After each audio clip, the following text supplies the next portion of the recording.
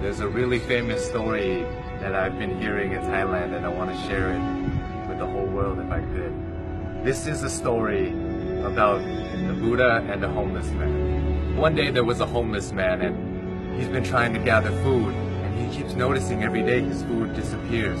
One day he caught the mouse that kept stealing his food and he asked the mouse, "Why are you stealing from me? I'm a homeless man. You can steal from richer people than me and it won't have any effect on them." The mouse then told the homeless man, "It's in your destiny that you can only have 8 items in your possession. No matter how much you beg, no matter how much you gather, this is all you'll be able to have." The homeless man was shocked and said, "Why is that my destiny?" And the mouse said, "I don't know. You should try and ask the Buddha." So the homeless man goes on his journey to go find the Buddha, and as he's going, it gets late, so he ends up at a wealthy family's house, and he asks if he could stay the night. They let him in, and they ask him, "Young man, why are you traveling so late?" And he answered, "I have a question for the Buddha, and tomorrow I'll be on my way." The family then says, "Can we give you a question to ask the Buddha? We have a 16-year-old daughter who can't speak. We just want to ask, what do we have to do to make her speak?" So the homeless man thanks them for shelter and tells them, "Of course, I'll ask your question for you." So the next morning he goes and continues his journey and sees a sea of mountains that he has to cross. He climbs up one mountain and he meets a wizard. And the wizard decides to use his staff to take the young man and himself, fly them across the sea of mountains. And the wizard asks the young man, "Where are you going? Why are you deciding to cross these mountains?" And the young man said, "I'm going to ask the Buddha a question about my destiny." The wizard then says, "Can I please give you a question to ask the Buddha? I've been trying to go to heaven for 1,000 years. According to my teachings, I should be able to go to heaven now.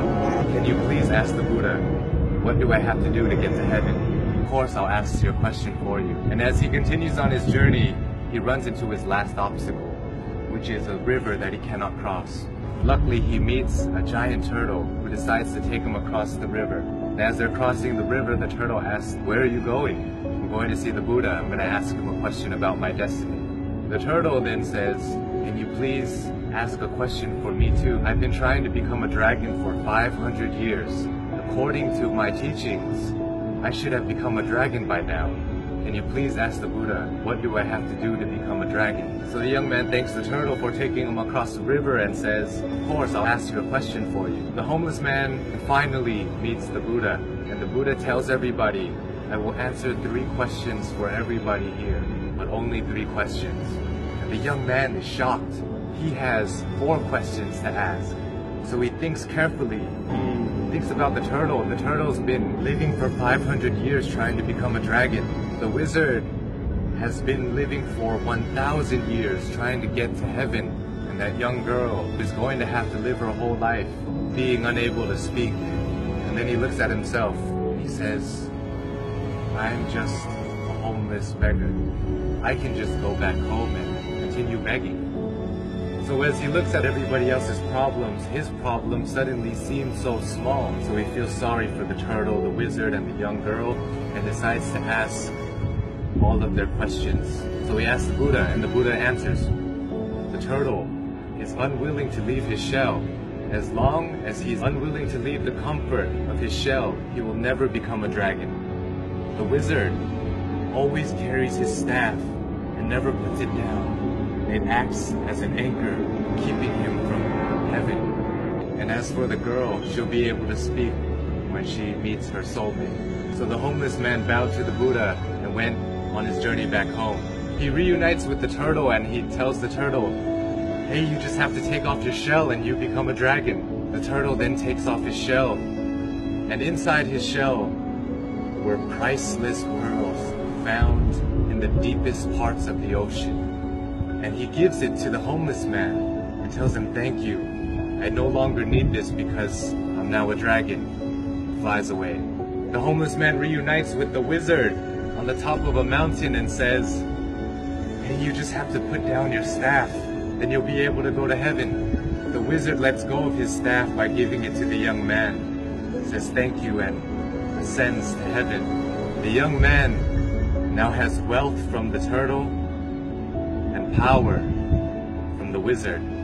He goes back to the family that gave him shelter, and he tells them that Buddha said your daughter will be able to speak when she meets her soulmate. And at that moment, the daughter came downstairs and said, "Hey, is that the man that was here last week?"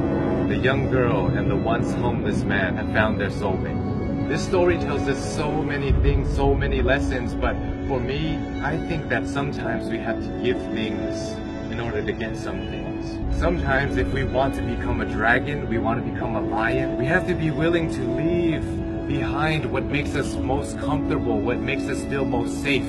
We have to leave our comfort zone just like the turtle did.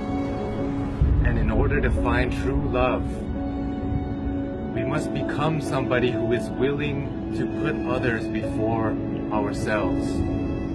When you're alone and when you're lost in your thoughts, sometimes your problems seem so big and it may seem like it's the end of the world, but if we look at other people's lives, other people who don't have as much opportunity as us and who have it worse than us, sometimes it makes our problems seem so much smaller. And if we're willing to lend a hand to those who are struggling more than us, willing to help them, it may change the course of your life, your destiny, and the universe may repay you in such a way that you never would have imagined.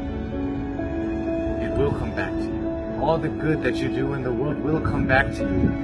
If you're going through hard times right now, I hope this story helps you. My name is Sean. I love you all, and I hope you have a wonderful, wonderful